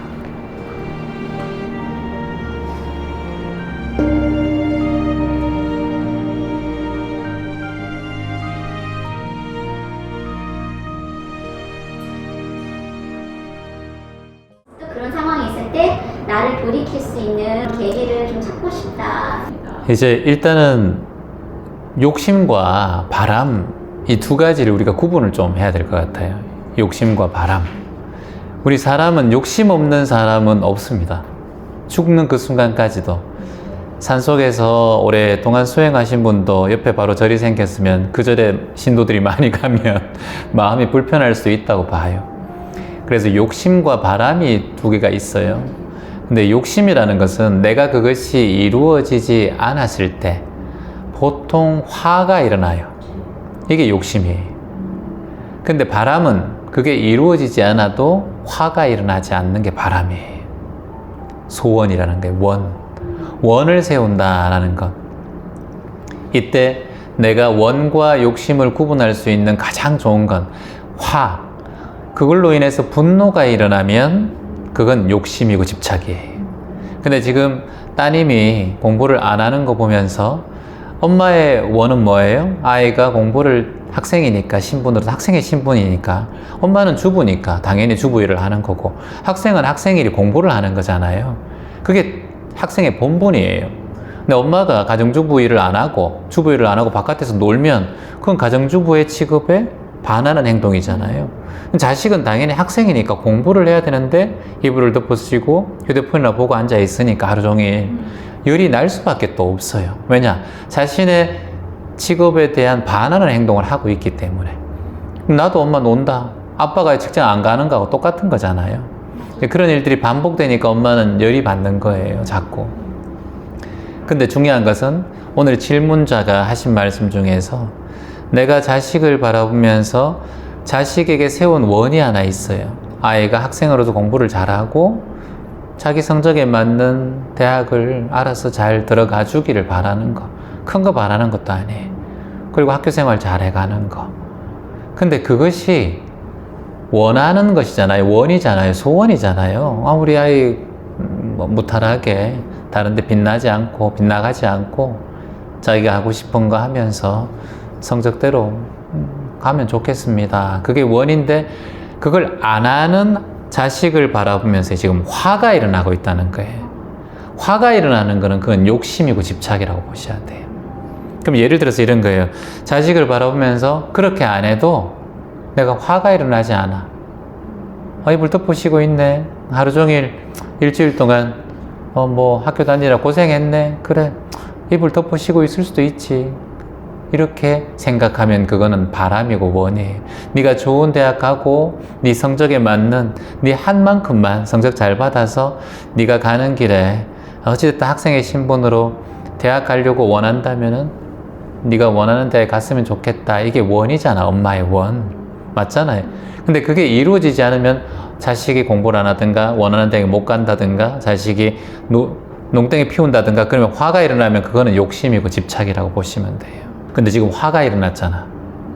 그건 집착이에요. 욕심이에요. 그러면 어떻게 해야 될까? 그렇게 누워있으면 누워있는구나. 아이고 누워있는구나. 이렇게 보는 거예요. 아이고 누워있네. 그래 푹 쉬어. 그래. 그렇게 하면 자식도 미안해서 어느 정도 있다가 다시 일어나요. 근데 엄마는 그만 이제 할 때 안 됐어? 그래 네 인생 네가 알아서 살아. 보통 이렇게 나간단 말이에요. 나도 내일 안 해. 이렇게 나간단 말이죠. 그러니까 이제 화가 자꾸 서로가 부딪히니까 엄마는 불편한 존재, 대화가 안 통하는 존재. 이때부터는 공부가 문제가 아니라 자식과 부모의 이제 간격이 서로 너무 멀어지게 되고 이해관계가 무너지면은 자식이 원하는 대학을 가도 부모님하고 불편하고 자식이 시집 장가를 가도 부모님하고는 어색한 사이가 돼요. 근데 지금 내가 바라는 원은 자꾸 바뀌어요. 자, 예를 들어서 제가 얼마 전에 여기 한 분이 오셨어요. 자식이 서울대학교를 갔어. 근데 서울대학교를 갔는데 이 아이가 남자아이인데 감옥에 갔어. 왜 감옥에 갔냐면은 같은 과 친구하고 MT 때 약간 성추행 같은 게 있어버린 거예요. 너무 잘 자랐어. 부모님 말씀 잘 듣고 여성을 만난 적도 없어. 여자친구를 만난 적. 대학교 가서 무조건 만나야 돼. 철저하게 그걸 지켜야 돼. 공부도 잘하고 똑똑한 아이니까 부모님 말씀 잘 들으니까 그렇게 했어. 근데 미니스커트 입고 막 학교에 예쁜 아이들 보니까 자신도 모르는 사이에 이게 마음이 연습이 없어 놓으니까 추행하는 사건이 생겨버린 거예요. 그래서 감옥에 갔어. 감옥에 가서 어머니가 원하는 게 서울대 가는 거였거든. 그 자식이. 결국은 다른 거 절대 못하게 하고 학원집, 사회경험, 여자친구 만나는 거. 고등학교 때도 마음이 연애하는 감정이 일어나요, 안 나요? 여러분 다 났잖아요. 그런 좋아하는 마음 왜 안 일어나요? 그걸 연예인으로 좋아하고 그랬었죠. 선생님이 좋아하고 그랬었잖아요. 근데 그것을 철저하게 막아 놓으니까 얘는 대학교 가면 여자 만나도 돼. 이걸 머릿속에, 무의식 속에 담고 있어서 만나도 되는 것이 건드리게 되는 것이 되고 추행하게 되는 것이 돼버렸다라는 거예요. 그러면 엄마의 원은 서울대에 들어가는 거였어. 맞았어. 그리고 다른 데 안 보고 공부하는 거였어. 그것도 맞았어. 엄마의 소원이 다 이루어졌어. 서울대까지. 누구나 친구들, 엄마들은 다 부러워했었어. 아버지도 떵떵거리며 살았어. 근데 결과적으로 딱 3개월 만에 MT에서 그런 일이 딱 생겨버린 거예요. 그 다음에 여기 오셔서 이제 눈물을 흘리면서 재환님, 내가 바랬던 게 진짜 자식을 위한 일이라고 생각했는데 자식이 딴 눈치 안 보고 절대 친구 만나지 말고 공부만 하기를 원했는데 아이가 사회성이 너무 없어져서 가끔씩 야한 영상도 볼 수 있는 거예요. 가끔씩 걸그룹의 예쁜 영상도 볼 수 있는 거예요. 근데 그게 전혀 눈을 못 뜨고 있다 보니까 한순간에 그렇게 나도 모르게 행동이 무의식적으로 나와버린 거예요. 압박됐다는 거예요, 걔는.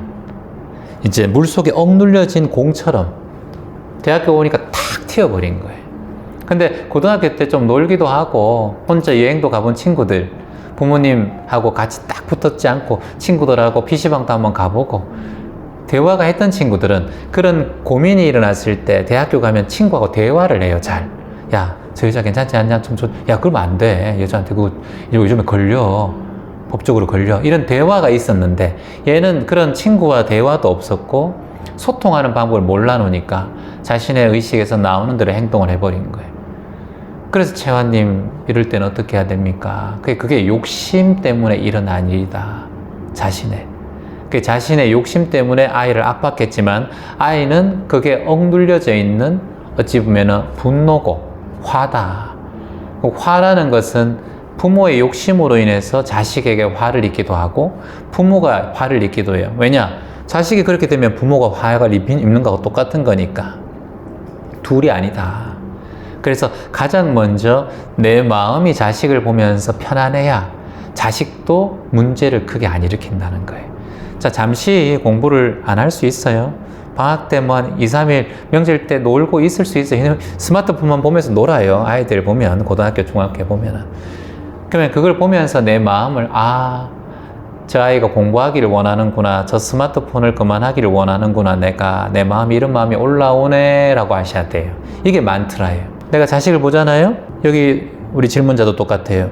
조금 전에, 채환님, 그런 사람이 내가 내 마음 몰라주네. 나 정말 저 사람한테 그냥 솔직하게 내가 하고 싶은 대로 했는데 저 사람은 50%도 나를 신경 안 썼네. 헛살았네. 이런 마음이 올라온단 말이에요. 그게 뭐냐면은 바깥으로 향한 마음이에요. 시선이.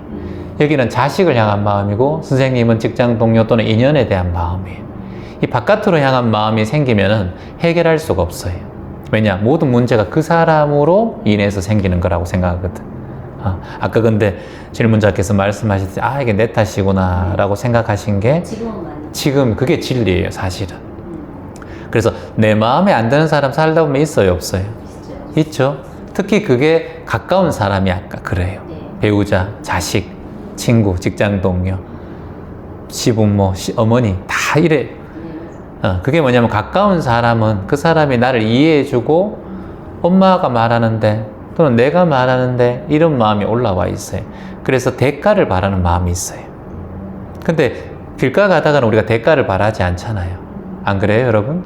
대가를 바라지 않아요. 그 남이기 때문에 툭 쳐도 아이고 죄송합니다 하면 근데 가까운 사람은 약간만 화가 나서 툭 쳐도 막 화가 일어나요. 왜 때려? 막 이렇게 된단 말이죠. 네가 어떻게 날? 이렇게 된단 말이죠. 그래서 내가 지금 그 바깥으로 향한 마음을 내 안으로 되돌리는 게 회광반조라고 해요. 회광. 빛을 되돌린다. 회광. 광이 빛광자잖아요. 되돌릴 회자잖아요. 바깥으로 향한 마음을 내 안으로 되돌린다. 비추어 본다. 이 뜻이에요. 이게 수행자는 꼭 기억해야 돼요. 그래서 선생님은 회광반조, 회광반조. 바깥으로 향한 마음을 내 안으로 되돌린다. 이게 만트라가 돼야 돼요. 첫 번째 만트라, 회광반조. 내 마음을 비춰야 된다. 지금 자식을 바라보고 있는 마음이 빛이 자식으로 가 있단 말이에요. 그러면 내 안에 마음이 어떻게 일어나는구나 라고 비춰보는 거예요. 회광반조하고 비추어보는 방법은 자식을 보면서 자식이 저렇게 있는 것에 화나는 마음이 올라오는구나. 이렇게 스스로가 마음으로 얘기해야 돼요. 아, 내가 그 사람에게 대가를 바라는 마음이 자꾸 올라오는구나. 그래. 그러고 난 다음에 또 한마디 하셔야 돼요. 아, 올라올 수 있어. 이렇게 하셔야 돼요. 뭐라고요? 아, 올라올 수 있어. 올라올 수 있잖아요. 그런 마음이. 자식에게 그런 마음 올라올 수 있고, 본전 생각이 나잖아요. 그러니까, 아, 올라올 수 있어. 이렇게 얘기하는 게 많더라로. 그럴 수도 있어. 이렇게 얘기하는 거예요. 그리고 회광반조. 아, 내 마음에서 이런 감정이 올라오는구나. 그래, 올라올 수 있어. 하면서 코로 깊게 한번 숨을 들이마시는 거예요. 코로 깊게. 그리고 입을 작게 해서 이렇게 내쉬는 거예요. 그리고 한 번 더 반복하는 거예요.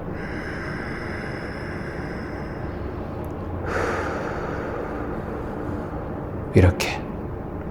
그리고 탁 내려놓고 자식 안 보이는 곳으로 가세요. 보면 안 돼. 계속 보고 있으면 안 돼. 본인의 업 때문에 안 돼. 그러니까 습관 때문에 안 돼. 밖에 공원을 걷든가 놀이터에 가서 어르신들 하는 운동을 왔다 갔다 하는가 그렇게 하셔야 돼. 그래, 그게 알아차림이에요. 화가 나면 집착이에요. 그래서 우리 몸에 가장 안 좋은 독심, 독을 품는 세 가지의 마음이 있어요. 그게 처음에 탐심이라고 해요. 탐심. 탐심은 욕심. 이 욕심을 얘기하는 거예요. 탐욕할 때 탐자. 그리고 두 번째는 진심이에요. 여기 진심은 진심을 다해 바치 이거 아니고, 여기는 성낼 진짜, 탐낼, 화낼 진짜. 이게 진심이에요. 그래서 탐과 탐진은 항상 같이 따라와요. 탐욕이 일어나는 사람은 보통 화가 많아요. 자, 러시아 전쟁을 일으킨 푸틴이 화가 많을까요? 적을까요? 많지. 자, 북한의 최고 지도자 김정은 통치자는 화가 많을까요? 적을까요?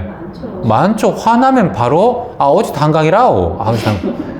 저 동무 바로 쳐나라오. 이렇게 바로 숙청하라고 되는 거예요. 맞아요, 맞아요. 우리가 아무리 화가 나도 사람을 죽인다는 것은 결코 쉽지 않은 일이에요.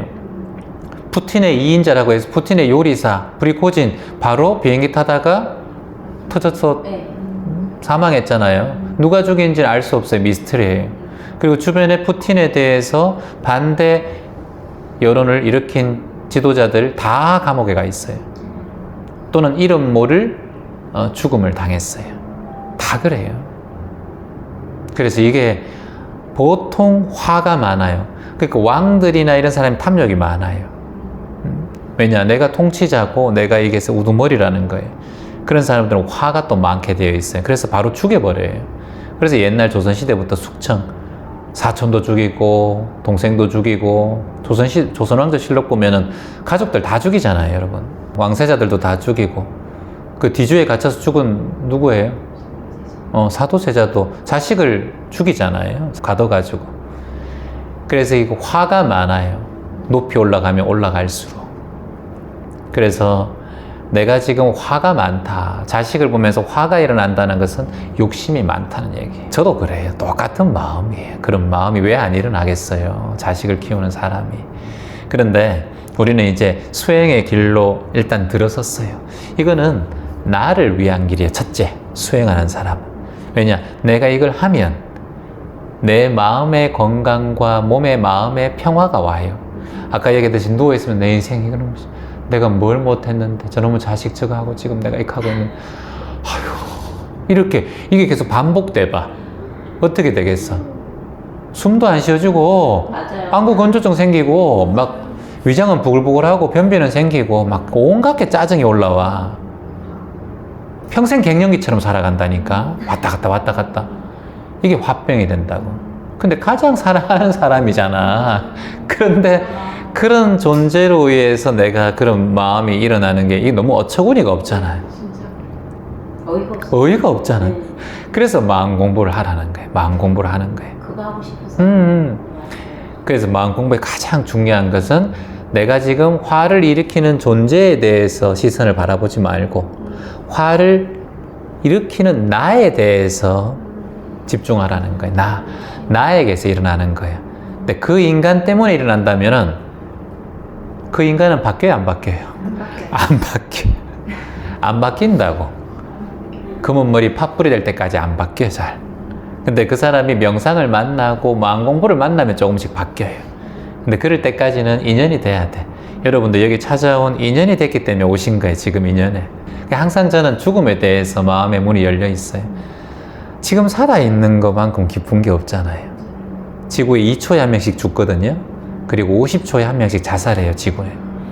근데 이런 곳에서 스스로 삶을 포기하지 않고 기다려줘야 되는데 미치겠는 거예요. 지금 너무 지쳐가지고. 그래, 그 지치는 게 뭐냐, 왜 지치냐면 힘을 있잖아요. 사람이 힘쓸 수 있는 에너지가 있어요.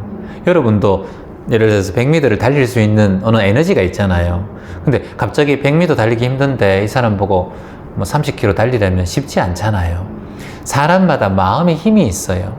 근데 예를 들어서 100이라 칩시다. 근데 그것을 자식에게 많이 쓰잖아요. 그러면 다른 데 쓸 수가 없어요. 지쳐버려요, 금방. 그 저는 많은 일을 할 수 있는 이유가 뭐냐면 제가 고민이 하나 있다 그러잖아요. 뭐였어요? 그래, 고민이 없는 게 고민이. 왜냐하면 고민이 많으면 에너지가 많이 써야 돼요. 마음의 에너지가. 그러면 여러분이 금세 피곤해져요. 잠도 많이 자야 되고요. 저는 잠을 많이 자지는 않거든요. 수행하는 시간이 저한테는 더 좋기 때문에. 그 에너지를 다른 데 쓸 데가 없는 거예요. 그럼 예를 들어서 이런 거예요. 여러분들이 여기 와서 채환님은 맨날 댓글이 하루에 1500개 달리는데 그거 방송에 맨날 얘기하면 진 안 빠져요? 맨날 남들 죽는 얘기하고 막 그런단 말이죠. 나는 가족이나 뭐 주변의 사람들, 내가 그렇게 신경 쓸 사람의 에너지가 전혀 없기 때문에 지금 이런 단체가 운영해도 여기에 다 작은 분란들이 일어날 수 있어도 그런 것들에 대한 에너지를 쓰지 않고 항상 마음이 평온한 상태이기 때문에 여러분이 어떤 질문을 해도 나는 항상 똑같은 에너지로 얘기할 수 있는 거예요. 왜냐? 그게 힘들지 않기 때문에. 근데 여러분 자식 고민하고 직장 고민하고 이런데 또 누가 남의 고민 막 물어보면 아 모르겠다, 내일도 힘든데 뭐 모르겠어, 이렇게 될 수 있잖아요. 나도 지금 힘들어 죽겠다, 답답해 죽겠다, 네 얘기 들으니까 더 답답하다, 이렇게 얘기할 수 있단 말이에요. 저는 여러분들이 하는 이 고민이 아니라는 게 확실히 알고 있기 때문에. 그러니까 근데 잠 못 주무시고 가슴이 답답하고 그러잖아요. 하여튼 두 분에게 일단 박수 한번 쳐주고. 예.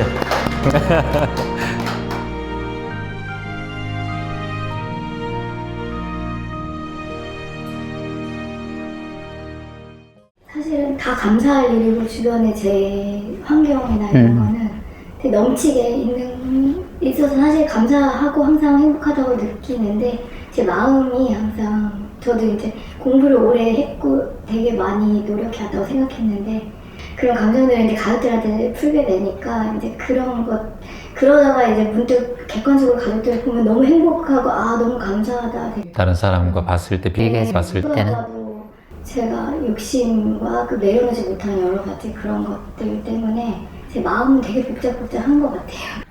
그런데 이제 본인이 그걸 아는 게 참 중요합니다. 지금 본인이 이제 정신과에서 상담도 하고 그런 여러 가지 사람들 어떻게 보면 컨설팅을 하고 마음에 어찌 보면 치유를 해드리는 그런 일을 병원에서 하고 있잖아요. 근데 본인이 스스로가 이런 일을 하다 보니 정작 내 마음의 건강이 어찌 보면 피폐되어 있었다라는 걸 느꼈잖아요. 대한민국에서 자살률이 제일 높은 직업군이 뭔지 아세요, 여러분? 정신과 의사예요. 정신과. 그러니까 정신과 이게 스트레스가 되게 많아요. 상담사들, 심리 상담을 하시는 분들. 저는 더 많겠죠. 저는 더 많으니까 저는 이제 구독자분들의 모든 걱정과 근심을 댓글로 소통을 해주기 때문에 정신과에 찾아가시는 분들이 아니라 거의 집에서 홈에서 머물러 있으면서 그 힘듦을 하는 분들이라 그 단계가 더 깊어요.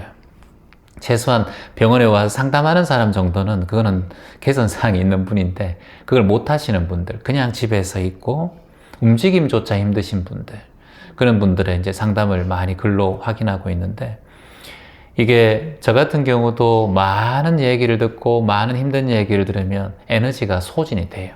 저도 인간인지라. 근데 이걸 내가 아까 얘기했듯이 내가 이것을 이 사람을 치유하고 도와준다라고 생각하면 그때부터 소진이 되게 돼요. 이 사람 인생을 바꿔준다. 처음에 저도 오만한 마음으로 그렇게 했어요.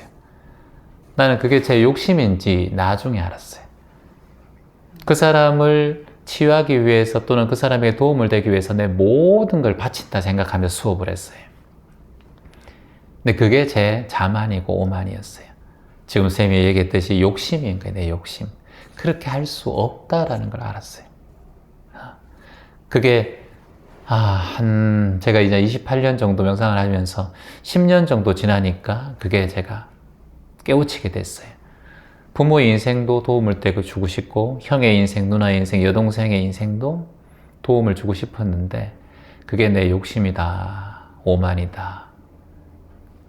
그래서 문득 눈을 탁 뜨게 됐어요. 어떻게 떴느냐? 1000년 동안 어두운 동굴이 있다고 상상해 봤어요. 1000년 동안. 근데 그 동굴에 빛이 하나도 들어오지 않는 동굴이 있어요. 제가 만나는 사람들이 그런 사람들이 되게 많아요. 평생 살면서 어릴 적부터 부모에게, 아버지에게 성폭행을 당하고 오빠에게 폭행을 당하고 구타를 당하고 또는 베이비박스에 버려지고 고아로 살고 부모의 원수처럼 부모를 생각하는 마음으로 여기 계시는 분들도 있었어요. 그런 사람들은 살아오면서 천년의 어둠 속에 있는 사람하고 비슷한 마음을 가졌어요. 근데 내가 천년의 어둠 속에 있는 사람을 내가 치유하겠다, 도움을 주겠다, 이거 욕심이에요. 말도 안 되는 소리. 할 수 없어요, 제가. 그런데 참 좋은 방법이 하나 있는 걸 깨달았어요. 내가 그 중간에 천년의 동굴 속에서 촛불을 하나 딱 켜면 그 동굴의 어둠이 사라진다라는 걸 깨달았어요. 그러면 그 동굴 속에 있는 사람은 옆에를 보면 이것이 깜깜하고 막연한 곳이 아니라 동굴의 길이 보일 것이고 어떤 숲의 길이 보일 것이다. 내가 그걸 인도해 주는 게 아니라 나는 예전에는 끌고 가려고 했어요. 무슨 길이 있어서. 자꾸 그렇게. 쌤도 비슷할 거예요. 뭔가 도움을 주고 싶고 이 사람 낫게 하고 싶고. 근데 그게 제 욕심인 걸 알았어요. 내가 불을 켜주면 길이 보여요. 일단은. 가는 사람은 자신의 노력으로 가야 되는 거예요. 내가 그걸 멱살을 잡고 끌고 올 수는 없다라는 거예요. 끌고 와도 다시 들어가더라는 거예요. 내가 옛날에 해보니까. 다시 그 어둠 속으로 들어가더라고. 안 되더라고, 그게. 그러면 나는 내가 할 수 있는 일은 뭐냐? 선생님들은 내담자를 통해서 상담을 하시고 병원에서 일하시기 때문에 그 사람들에게 할 수 있는 일은 길을 자꾸 보여주는 일이에요. 길을 자꾸. 당신처럼 힘들었던 사람이 여기 찾아왔는데 그 사람들이 이렇게 해서 길을 찾아갔더라. 다만 시간이 조금 걸리지만 다시 또 되돌아오고 싶은 마음이 또 회귀 본능이라고 하는데 그게 들 거다. 하지만 결국엔 한 발자국씩 한 발자국 움직이면 결국은 이 동굴 바깥으로 나갈 수 있더라. 이걸 알려줘야 돼요. 그러려면 어떻게 해야 되는 줄 아세요? 스스로는 자꾸 불을 꺼요. 후 해서. 왜냐면 어둠이 좋기 때문에. 그러니까 마음이 우울하고 힘들고 공황이 있고 조울증이 있고 이런 분들은 그걸 벗어나려고 하는 마음도 있지만 거기에 머무는 게 더 행복하다고 생각하는 착각 속에 있어요. 보통. 밖에 나가면 두렵고 차라리 이게 내 행복이다라고 마음 내는 무의식의 힘이 있어요. 제가 예를 들어서 하나를 더 설명드리면 아침마다 저녁마다 구타를 당하는 부인이 계셨어요. 뺨을 맞기도 하고 욕설을 듣는 부인이 있어요. 근데 이 사람은 뭐가 던지고 깨져야 잠을 잘 수가 있어요. 10년 넘게 깨지고 구타를 뺨을 맞고 잠을 자던 습관이 있다 보니까 이 사람이 남편이 그냥 아무런 짓을 하지 않고 잠을 잘 때 잠이 안 오는 거예요. 오히려. 두려운 거예요. 한 대 맞고 나면 잠을 잘 수 있는데 안 맞고 자니까 언제 또 일어나라 해서 발을 찰지 모르겠다라는 무의식이 있어서 본인이 인생에서 더 힘들다라는 거예요. 차라리 내가 맞고 자야 되는데 이렇게 생각하시더라고요. 이게 무의식의 힘이에요. 엄청나게 습관화돼 버리면 내가 우울하고 공황이 있고 집 안에 있지만 그게 나의 행복이다라고 벗어나고 싶은 마음과 양가 감정이 따로 존재하는 거예요. 이해되세요, 여러분? 맞아요. 우리가 많이 먹고 다시 올리고 많이 먹고 하는 것 똑같은 거예요. 이런 게 이제 먹는 마음, 먹고 싶은 마음도 있지만 또 배를 비우고 싶은 마음. 이 양가 감정이 항상 존재해. 사랑받고 싶지만 집착하고 싶은 마음. 또 미움도 같이 올라오는 마음. 친구를 너무 사랑하지만 친구가 너무 잘 되면 질투하는 마음. 나는 왜 이렇지라고 비교하는 마음. 친한 친구일수록 그 마음이 더 많이 올라올 수도 있어요. 자식 관계도 똑같아요. 남매들도 똑같아요. 너무 한 자매가 잘 되면, 남편 잘 만나서 하면 다른 자매들의 질투심이 올라올 수도 있어요. 자매 또한 그렇다는 거예요. 그래서 우리가 할 일은, 선생님은 내담자를 상담하시고 병원에 계시기 때문에 우리가 할 일은 그거예요. 선생님이 욕심을 부린 지금 마음이 피폐해서 잠시 이제 휴직을 하고 계시고 내 마음을 돌보는 그냥 인연을 지금 만나고 계신데, 시절 인연인데, 내가 지금 사람들에게 그 에너지 소모가 너무 심했다는 거예요. 내 마음을 온전히 너무 치우쳤다는 거예요. 그 일에. 그러니까 내 에너지가 고갈되는 거예요. 자꾸. 그래서 그 사람이 결정하는 그 인생은 나는 빛만 비춰주자. 잠시 촛불을 켜주자. 내담자와 상담하실 때 그주고 이 길이 있어요 라고 얘기하는 거예요. 그래, 일주일 뒤에 오세요. 또 이 길이 있습니다 라고 빛 비추는 거예요. 결국 가는 건 누구다? 나의 나. 가는 건, 내 길을 가는 건, 아침에 명상하고 저녁에 명상하는 내 길이지, 아무리 선생님이 환자들한테 그렇게 얘기한다고 안 하면 끝이야. 이거는 안 그래요? 안 하면 끝이에요. 그거는. 근데 그건 내 책임이에요? 그 사람 책임이에요? 그 사람 책임이야. 근데 그걸 우리는 보통 내 책임처럼 안 되면 내 책임처럼 그렇게 생각해요. 그 정신과 의사분들, 한의사분들이 기점 명상을 되게 많이 추천해줘요. 그래가지고 한의사 선생님 추천해서 이걸 들으러 왔습니다. 근데 그 사람들이 여기 오는 건 그 사람의 선택이지. 보는 거 안 보는 거는 환자의 결정이지. 의사 선생님은 그거를 추천해 줄 뿐이지. 근데 그것이 그 사람 안 가는 경우, 또는 그러다가 자살을 하는 경우도 있어요. 하다가 안 하다 죽는 경우도 있어요. 중학교 2학년 학생이 외국에서 왔어요. 여기 엄마 손잡고. 이 친구는 자해를 20번 이상 하고 여기서 막 엄마 잠시 내보내놓고 상담을 잠시 했는데, 엄마가 자해를 하지 마라 그래서 선생님한테 말씀드렸는데 엄마가 눈에 안 보이는 곳은 괜찮은 것 같아요. 자기 허벅지를 자해를 최근에 한대요. 엄마는 모른다고.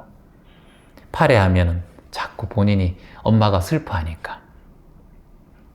근데 이 아이의 무의식의 이제 얘기를 들어보니까 이 아이가 동생이 있는데 동생에 너무 엄마가 관심을 많이 가지는 걸 보면서 자신이 엄마한테 관심을 받고 싶은 마음이 커졌다는 거예요. 근데 얘는 공부를 참 열심히 하고 잘하고 이러는데 결국은 모든 사랑은 동생한테, 동생이 조금 말 안 듣고 이러는가 봐요.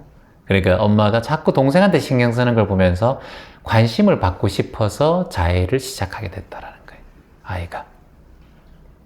그래서 지금은 개선돼서 지금 벌써 그게 5년 전이니까 여기 수업 들었던 게 아이가 검정고시 쳐가지고 학교도 안 다니고 있었고 지금은 자기가 하는 미술 공부를 해서 대학에 들어갔어요. 얼마나 다행인지 모르죠. 근데 그 친구한테 제가 얘기한 거예요. 그러니까 엄마의 인생을 네 인생이라고 생각하면 안 된다. 네 인생을 살아야 된다. 엄마도 여자일 뿐이고 엄마도 첫 엄마다 역할이다. 그래서 너는 지금 잘 모르지만 조금만 더 크면 엄마의 마음을 이해할 수 있을 것이다.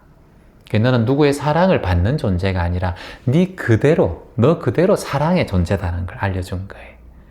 우리는 보통 누군가의 희망을 받고 사랑을 받아서 내가 희망의 존재고 사랑의 존재라고 생각을 한단 말이에요. 그러면 너 자체로 희망이고 사랑의 존재이기 때문에 받을 필요가 없다. 오히려 너는 줄 수 있는 존재다. 이걸 알려준 거예요. 그래서 이 아이한테 내가 이 아이가 그림을 그리는 걸 좋아하더라고. 그때부터 중학교인데. 수업을 하지 않고 나는 네 얼굴을 그려줄 테니까 너는 내 얼굴을 그려줘라. 서로 그림을 그리기 시작했어요. 한 20분 동안. 서로 그림을 교환했어요. 네가 그려준 그림이, 나는 내 그림이 너무 사랑스럽다. 네가 지금 나에게 사랑스러운 나를 발견하게 해준 거다. 너는 이런 아이다. 그 그림에 더 몰두하기 시작했어요. 그림의 소질이 아주 있었거든. 이게 우리가 해야 될 일이에요. 이게. 그러니까 내가 그 아이를 치유하는 게 아니라 그 아이가 빛이라는 걸 알려주고 그 아이가 사랑 자체라는 걸 알려주는 거예요. 그러면 어떻게 하면 될까? 내가 처음에는 불을 딱 밝혀서 이 동굴의 내부를 보여주는 거예요. 길이 이쪽으로 있어요. 걸어가셔야 됩니다. 근데 그 걸어가는 건 당신이 하셔야 돼요. 머물러 있으면 평생 여기 머물러 있을 거예요. 그건 제가 해드릴 수 없습니다라고 관계도를 딱 그려줘요. 그리고 선생님도 마음을 그렇게 딱 내주셔야 돼요. 그러면 항상 마음이 아까 걷기 명상할 때처럼 또렷해져요. 그럼 마음이 슬프지 않아. 그리고 두 번째 할 것은 뭐냐? 걸어가지 않더라도 당신이 희망이고 당신이 빛이라는 걸 알면 돼요. 내가 켜줄 필요 없어요. 그러면 내가 아까 아이한테 알려준 거예요. 엄마한테 사랑을 받는 존재가 아니라 네 스스로가 사랑의 덩어리다. 네가 지금 그려준 그 그림이 네가 자해를 하고 힘든 상황이 있지만 선생님한테는 너무 큰 사랑의 선물이 됐듯이 네가 손으로 그리고 잠시 너의 몸과 행동과 뜻이 나에겐 큰 사랑의 증거가 되었다. 왜냐? 넌 사랑이고 빛이기 때문에. 그러면 이 아이는 거기에 몰두하게 돼요. 누구한테 받기를 안 바라고 스스로가 누군가에게 빛을 줄 수 있다.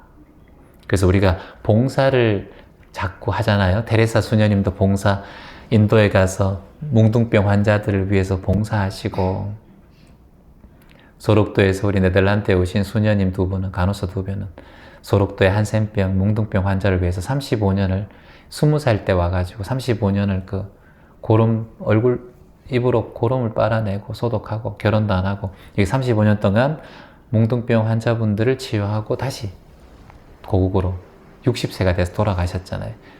그분들이 하는 일은 그거예요. 자신이 빛이 돼주는 일. 근데 결국은 스스로가 빛이다라는 걸 알게 해주고 감동하는 거. 그래서 사람들도 그게 감동을 받아서 누군가에게 작은 나눔을 하게 되면 아, 나를 통해서 다른 사람이 희망을 얻는구나 하면 자기가 빛이라는 걸 더 느끼게 돼요. 그래서 항상 훌륭하신 분들은 다 나눔과 봉사를 하잖아요. 슈바이처 박사도 그렇고 테레사 수녀님도 그렇고 세상의 모든 이태석 신부도 그렇고 다. 그러니까 내가 해줄 거는 그거예요. 여러분도 스스로 빛이고 사랑의 존재라는 걸 알면 되고. 그래서 이제 선생님 병원에서 내담하시는 분들 상담하실 때 이제 복직 하셔서 지금은 내 마음을 잘 추스리고 명상을 잘 하다 보면 내가 빛이라는 걸 느끼게 돼요. 그러면 내가 빛인데 아무리 어두운 동굴에 딱 들어가더라도 빛나버려 그냥. 근데 그렇게 하려면 이렇게 아침마다 저녁마다 자꾸 내가 빛이란 걸 느껴야 돼. 사랑이란 걸 느껴야 돼. 우리는 예전에 부모님한테 사랑을 못 받았으니까 내가 사랑이 아닌 거로만 자꾸 생각한다고. 부모는 어디 사랑을 받았나? 안 그래? 받지 못했어요. 오히려 더 받지 못했지. 그래서 받으려고 하지 말고 내가 사랑이다, 내가 희망이다 라는 걸 눈 딱 뜨시면 좋겠어요. 어떻게 생각해요? 네, 너무 좋은 말씀. 그냥 저희가 이제 영상으로 접하고 저희 이렇게 규칙적으로 그냥 들은 거랑 또 직접 말씀을 해주시니까 제 얘기에 너무 좋은 것 같아요. 우리 두 분에게 여러분 박수 한번 쳐주세요. 힘나게.